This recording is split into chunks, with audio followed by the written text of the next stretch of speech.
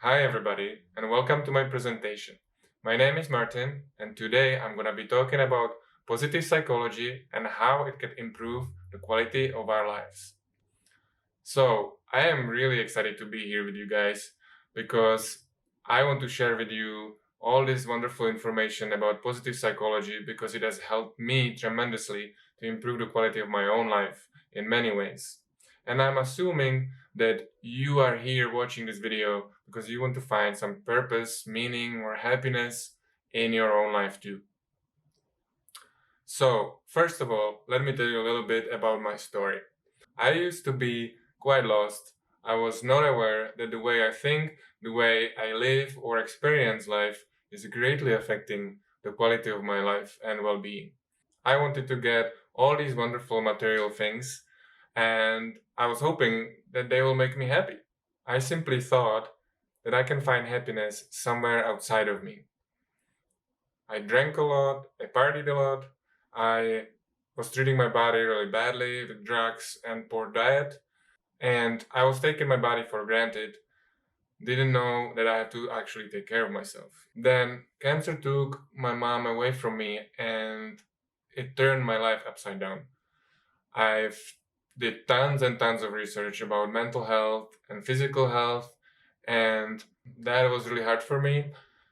But when I look at it now, it's one of the best things what happened in my life because it made me reevaluate the way I live, how I look at everybody, how I look at myself, and my mind and body, which brought me into research of positive psychology and healthy living and well-being and what actually will make me happy.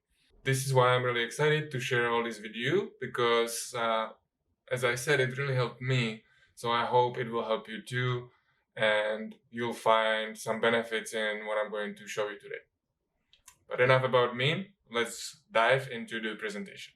So what is positive psychology and how can it improve our lives? But first, let's take a look what you can expect in this presentation. We're going to take a look at the history of positive psychology and the science behind it. Then we're going to compare positive psychology with regular psychology. Next, we're going to talk about mind and body connection. And then I'm going to show you 6 ways how we can use positive psychology in our lives today. Positive psychology is the science of happiness, which measures and studies what makes life worth living, what makes us happy, being alive and living our lives. The father of positive psychology is considered psychologist Martin Seligman, who started his famous positive psychology class at Princeton University. He published several books and concluded numerous studies about happiness. So let's define what really is happiness. Well, happiness is the overall experience of pleasure, meaning, and flow. Now, pleasure means something like eating chocolate or having sex. Meaning is something that we see our purpose in, like helping others or creating art, having a family or running a business. And the last one is flow. Someone who is in the flow is engaged in the activity while not really thinking about the past or the future. They're simply being in the present moment of that activity. This could be singing, writing, painting, or playing tennis. So, according to Dr. Seligman, well-being consists of 5 elements, which all fall under the mnemonic PERMA. First one is positive emotion. It can only be assessed subjectively. Next one is engagement. Like positive emotion, again, this can only be measured through subjective means. It is the presence of a flow state. Next is relationships. The presence of friends, family, intimacy, or social connections. The M stands for meaning, belonging to and serving something bigger than oneself. And the last one is achievement, accomplishment that is pursued even when it brings no positive emotion, no meaning, and nothing in the way of positive relationships. It's simply for the sake of achieving.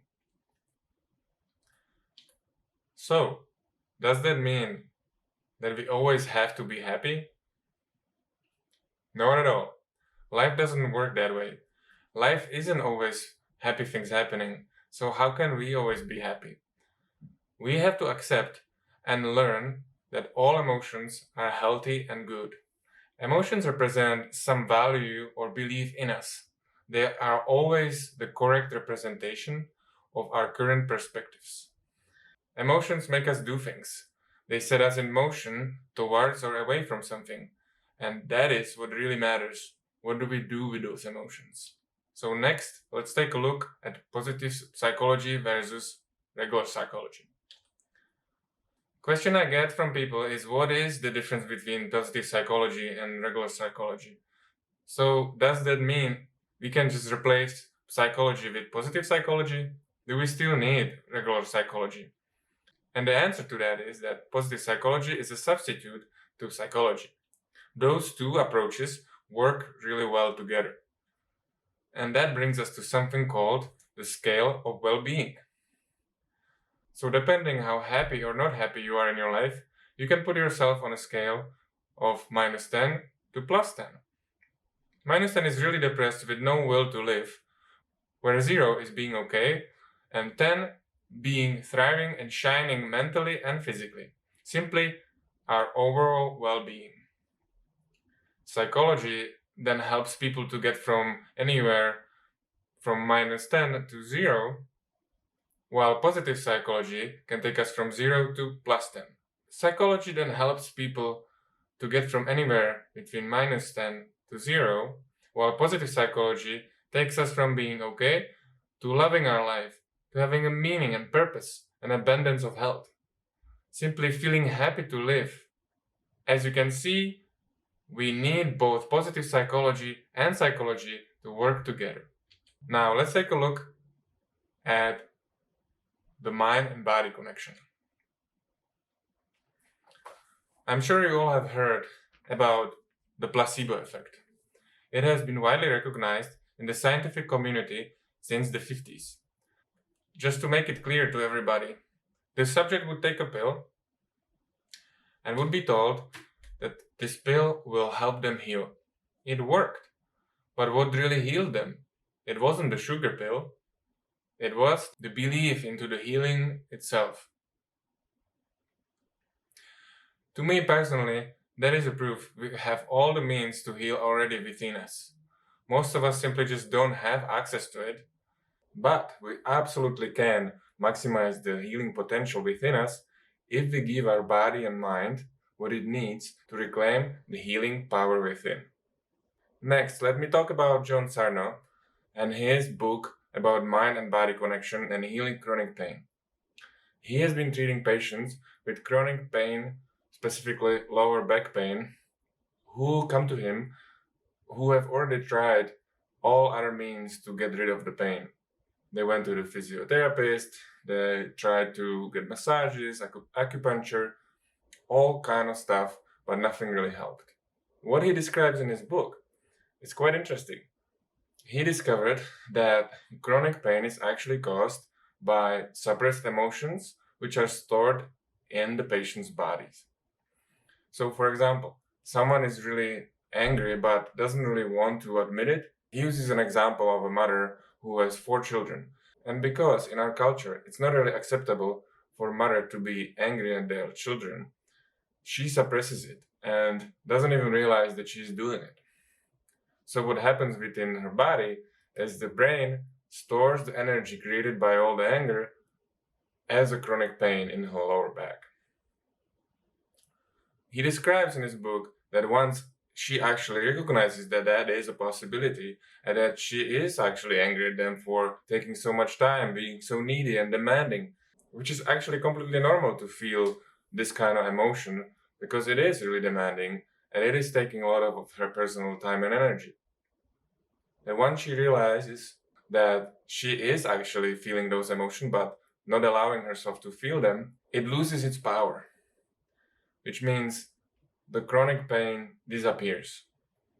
And he describes in his book he has done it with many, many patients over 10 years. I really recommend you to check his book and work because it's quite interesting. All right, next we have my favorite, Charlotte Gerson and her Gerson therapy. So this is a clinic in Germany where Charlotte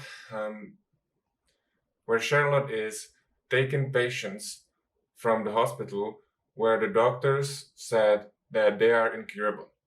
They tell them they should go home to spend the rest of their time with their family.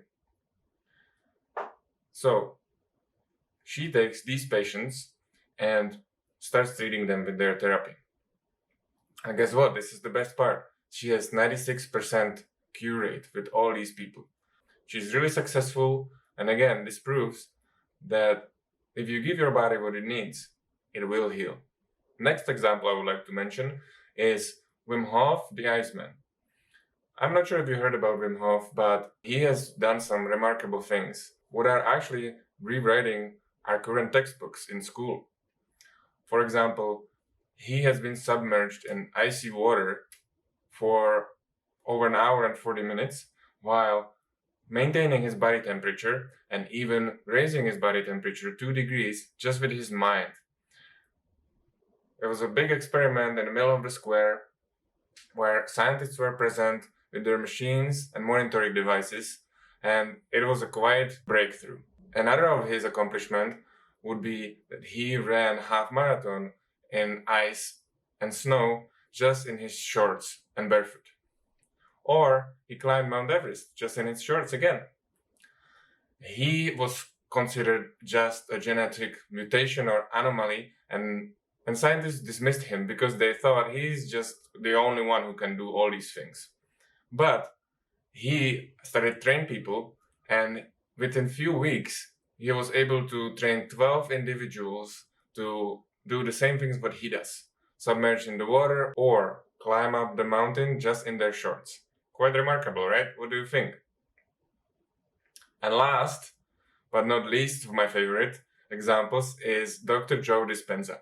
This is a quite interesting story too. He had a spine injury and doctors told him that he will never walk again. He didn't want to believe that and accept that as a truth. And he started meditating while visualizing his spine healing. He learned all the anatomy to the smallest detail, and then every day he meditated and tried to imagine his spine cords healing and bones regrowing. He describes in his book that it took him quite a while to get through the whole meditation without losing focus and actually finishing the visualization of everything healing. But eventually he was able to go through to the end. He visualized his spine being healed and he started to actually feel his legs and eventually started to walk again. Now he's fully recovered and he teaches all around the world about the power of the mind. Check him out, it's pretty cool. It's called Rewired. So to me, these are all pretty amazing examples of how the mind and body connection is pretty strong and how the mind actually affects the body. So let's get back to the placebo effect. The placebo effect can heal us, so the nocebo effect can make us sick. So as much as you can make yourself healthy with your mind, you can make yourself really sick. There was an experiment where they gave people chemotherapy pill, which was actually just a sugar pill, and 30% of those people actually lost their hair. Pretty remarkable, eh? Alright, let's move to the next one. So finally, we are getting to 6 ways how to use positive psychology. I'm gonna talk about all these in detail, so let me just go to the first one. Practice mindfulness. By becoming mindful, we are present to our thoughts, emotions, and moment-by-moment experiences. So the first step to grow and change, we actually have to recognize what is actually present for us. And to see what is present, we have to become mindful. By becoming mindful, we can actually manipulate our experiences. And we start working on becoming happy from within. The interesting thing is that we mostly think the same thoughts we thought yesterday. Over 80% of the thoughts we thought yesterday and the day before, we think today. And have you noticed that certain thoughts stir up some emotions, and those emotions generate more thoughts, and it becomes this downward spiral, which can greatly affect our happiness and overall mood. For example, if you go to a place where you used to go with your ex, it can bring up some thoughts, and those thoughts will bring up some emotions. Or when you listen to a song you listen to in a certain situation, listening to that song will bring up some emotions, and those emotions will bring thoughts, and the thoughts will bring more emotions, and this could be really dangerous. Fortunately, we have these amazing tools we can use to become mindful and present when this is happening. And one of them is meditation. There are many ways how we can meditate, but the one tip I'll give you is to meditate with an intention. Your intention could simply be to calm down, or to find some creative inspiration, or to simply find answers within yourself about a certain situation you are going through in your life. As I said, it's a big topic just by itself, but it's a great tool to become mindful to what is happening in our inner world. Another amazing tool is breathwork. Breathwork is actually my favorite because it has wide range of use. We can use it to actually gain more energy and becoming more alive. Or we can use it to calm down, reduce anxiety, let go of some old emotions, heal asthma or PTSD. I highly recommend you to check it out. We don't have time to go through all these many ways you can breathe and all the benefits of it, but it's something worth looking at. The book I can highly recommend you is called Just Breathe by Dan Brule. He's considered the master of breathing. Next, my favorite way how to get mindful is using Wim Hof's techniques, as I mentioned before. For example, cold. Cold is really great way how to get mindful, as Wim describes, because it's really ruthless and doesn't really allow you to be anywhere else than present in your body. And it's really easy to do cold showers at your home. You can start with a few seconds at the beginning, and then you get more and more, and you can withstand cold for many minutes. You will experience great improvement in your overall emotional control in your life, and you will see great benefits from doing just a few seconds cold shower every day. And the last way how you could get mindful would be with journaling. I personally benefit a lot from journaling because it's like a sanctuary you can go to. It's like your place you can always go to and express yourself without judgment, and you will see what is actually going on within yourself. And you'll get a better perspective on the way how you think, you feel, and what is actually happening in your life. There are some amazing journals and planners you can use. They have a template where you can set up your goals for the week, write down what you're grateful for today, and so on. Check it out. We touched a little bit about habits, so let me tell you a little bit more. 60% of the things we do during the day are actually run automatically, which means those are habits and we don't really think about them. Which means more than half of the things we do during the day, we are not really mindful about and present to.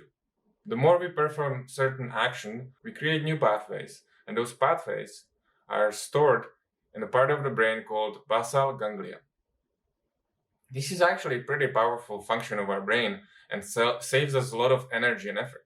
Imagine every time you would do something what you did before, you would have to learn it again. For example, driving a car or brushing your teeth. So this is really good function of our brain, and it's really helpful for us. It only becomes a problem when we learn bad habits and now we're doing them automatically without even realizing it. For example, having a cigarette, having drinks after work every day, having snacks, or doing certain things to feel certain emotions. And if habits go far enough, they can turn into addiction. And then we are doing things we're not really aware of, which are really bad for us, all automatically. Like we don't think about brushing our teeth, we don't think about having the cigarette first thing in the morning. And that's why it's really important to take a look at our habits, especially the bad ones. The tricky part about habits is that once a habit has been saved in our basal ganglia, it can be really deleted. Only thing we can do is that we can create new pathway, a new habit. And this habit will become more automatic than the old one. That is because our brain always has the tendency to take the easiest path. That makes sense, right? Our brain wants to use as little energy as it can to function so it can use most of its capacity for things that are actually needed in the present moment. That's why the brain always goes to the strongest pathway created. That explains why smokers who stop smoking once they have a cigarette, it's really easy for them to start smoking again. Same goes with people who drink or people who are thinking depressing thoughts. And that's why it's really important to get mindful and present to our habits so we can slowly rewire our neural pathways in our brain and create these new habits, what will be stored in our brain, which will become then automatic. And as automatically we used to drink or snack or have a cigarette, that automatically we will go for a run or have an exercise or have some healthy food. We will eventually not even think about it and we'll become a new person with new habits and we'll feel great and happier. This is actually called something neuroplasticity. In the past, the scientists believe that we can get new neural pathways created. But recent research has shown that our brain is actually changing and evolving and growing till we die.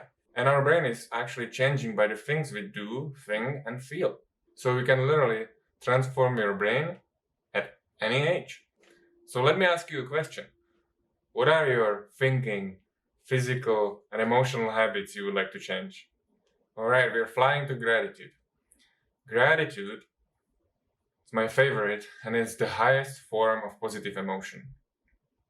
Study done by Emmons and McCullin shows that being grateful has great effects on our well-being and happiness.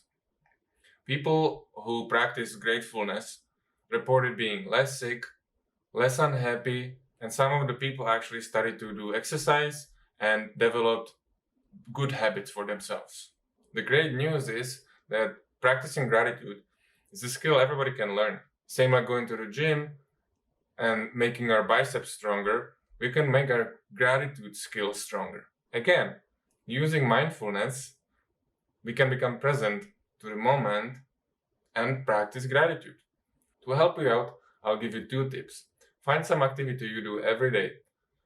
And while you do that activity, tell yourself what you are grateful for today. It could be anything. So for example, while you're brushing your teeth or when you're taking a shower, since it's something what you do every day, you can use it as a habit which will trigger your habit of being grateful. So while you're brushing your teeth, you can think of something what you're really grateful for today. It could be anything, the smallest things. The fact that you actually have running water to brush your teeth, or that you have home you can actually be in, or that you can breathe, you can walk, for your partner, for your health. That's the beauty about gratitude. We can be grateful for the smallest things.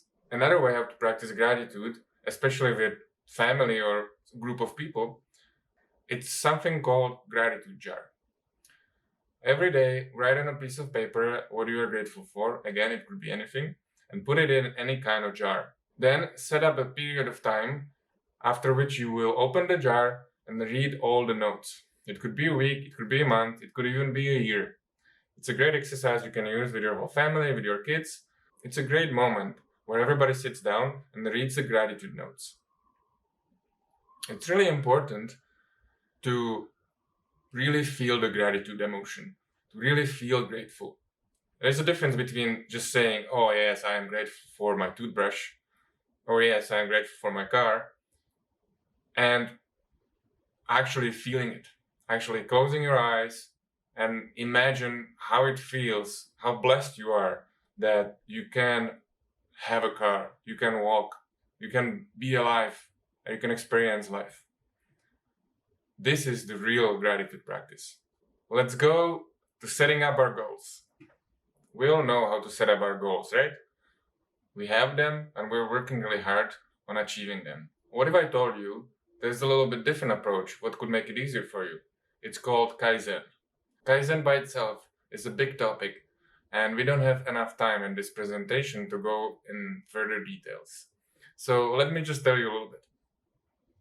Kaizen comes from two words, Kai and Zen. Kai means change and Zen means good. So the first principle of Kaizen is to focus on the path to success rather than just the success itself. Had it ever happened to you before that you would achieve some goal you have been trying to achieve for a long time, but the happiness, what you expected to feel after achieving this goal, is not nearly as big as you thought it would be? And after a short period of time, the happiness actually goes away quite quickly.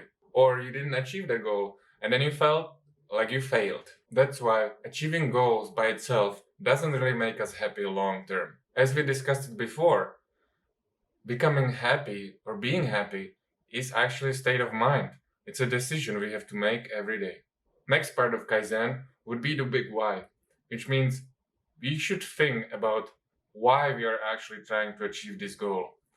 What is the reason? What is the meaning? What is the purpose of it? Why are we doing this? Because sometimes when we are struggling, if we can get present to what is actually the reason behind us struggling and what is the big picture, the big why, it will keep us going. It will make us feel good. Let's say my big why is to help other people to improve their quality of their lives, finding meaning and purpose in their lives, to be healthier and happier. And this is something what I really love, and it's my true calling. And to see I have changed the world of only one of you guys, that would be success for me. The last part of Kaizen tips I'm gonna share with you is set up small steps within your bigger goal. What I mean is, if you have a goal, what you're trying to achieve, split it into smaller goals or smaller steps. For example, if you want to write a book or start a business, set up a small step you need to do to accomplish that.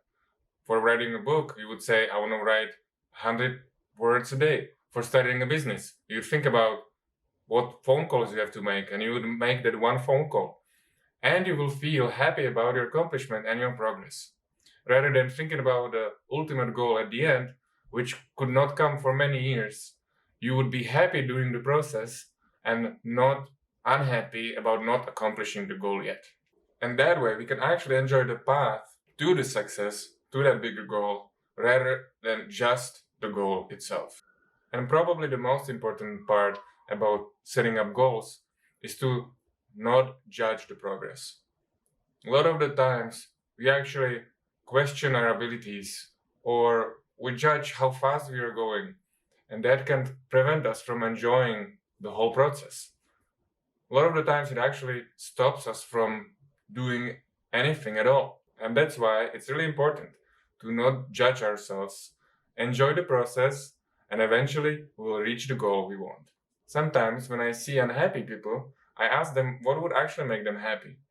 What would be their ideal life? Often they reply with, I don't know, I just don't want to be here. I have no idea what I want in life. I'm just sure that I don't like what I'm doing now. Well, if you really think about it, how can we achieve the ideal life or the life of our dreams we want if we don't really know what it is? That's why it's really important to do this exercise, what I'm going to share with you. Have you heard about the power of attraction? Let me explain it for you. It works on a principle that what we focus on expands. So, rather than focusing on what we don't want in our life, we should put all this energy into what we want in our life. Because what we focus on will expand. So the more we focus on the things we don't want, the more we have things what we don't really want. It's simple as that. And that's why it's really important to do this visualization exercise I'm going to share with you. So sit down in a quiet, calm place, take a moment for yourself, and start thinking and imagine what would be your ideal life and what would be your ideal day in that life be looking like. So what I mean by that, imagine every moment of that day since the time you wake up in the morning. Think about you waking up. What would you do first? Would you stretch? Would you roll over and cuddle your partner? Would you look around? Would you smile? When you look around, what do you actually see? Describe the furniture. You see a wooden table with beautiful plants on it. And then you get up and then you go to your bathroom and then you describe the bathroom. You can describe in detail what kind of tiles you have, what kind of floor you have, how big is the bathroom. And then you brush your teeth and then you go make breakfast. How does the kitchen look like? Describe every single detail as much as you can. Then you can describe what do you do for work, how much you work, what it is that you actually do at work. The more detail you can capture and imagine, the better it is. So now, when you have the idea of your ideal day, you will write it all down. You can write it in your journal or you can write it on a piece of paper, doesn't matter. But you should write it with your hand, because writing it with your hand actually creates new neural pathways and connection in our brain. Once you have this written down, you sit down. We talked about meditation. So you sit down and you meditate with intention of visualizing your ideal day. And what I mean by that, you'll be meditating and you'll be going through your ideal day in your vision. And not only you'll visualize the material things, you will also visualize how you feel. This is actually crucial and really important. Because when you visualize how you feel, you will actually attract it to happen in your life. So let's say you are working in your dream job and you feel so happy and grateful, then you can be doing that. Or you feel so in love with your partner, or you feel so happy and grateful for the house you have. You have to sit down, meditate, visualize, and feel the emotions like it's already happening. So this is a really good exercise. When you join this visualization exercise with some action, for example, you make that call, you buy the things you need, you make a video, you do the research you need. Having this clear vision together with feeling the feelings like it's already happening, plus the action, will quickly get you where you want to be. And remember, don't judge the progress. Just believe and keep working on your Kaizen goals. And the last way, what I'm going to share with you how to use positive psychology in our lives today, is learning social relationship skills. There have been many books and libraries filled about the relationship topic. Social relationships are actually the number one predictor of our happiness.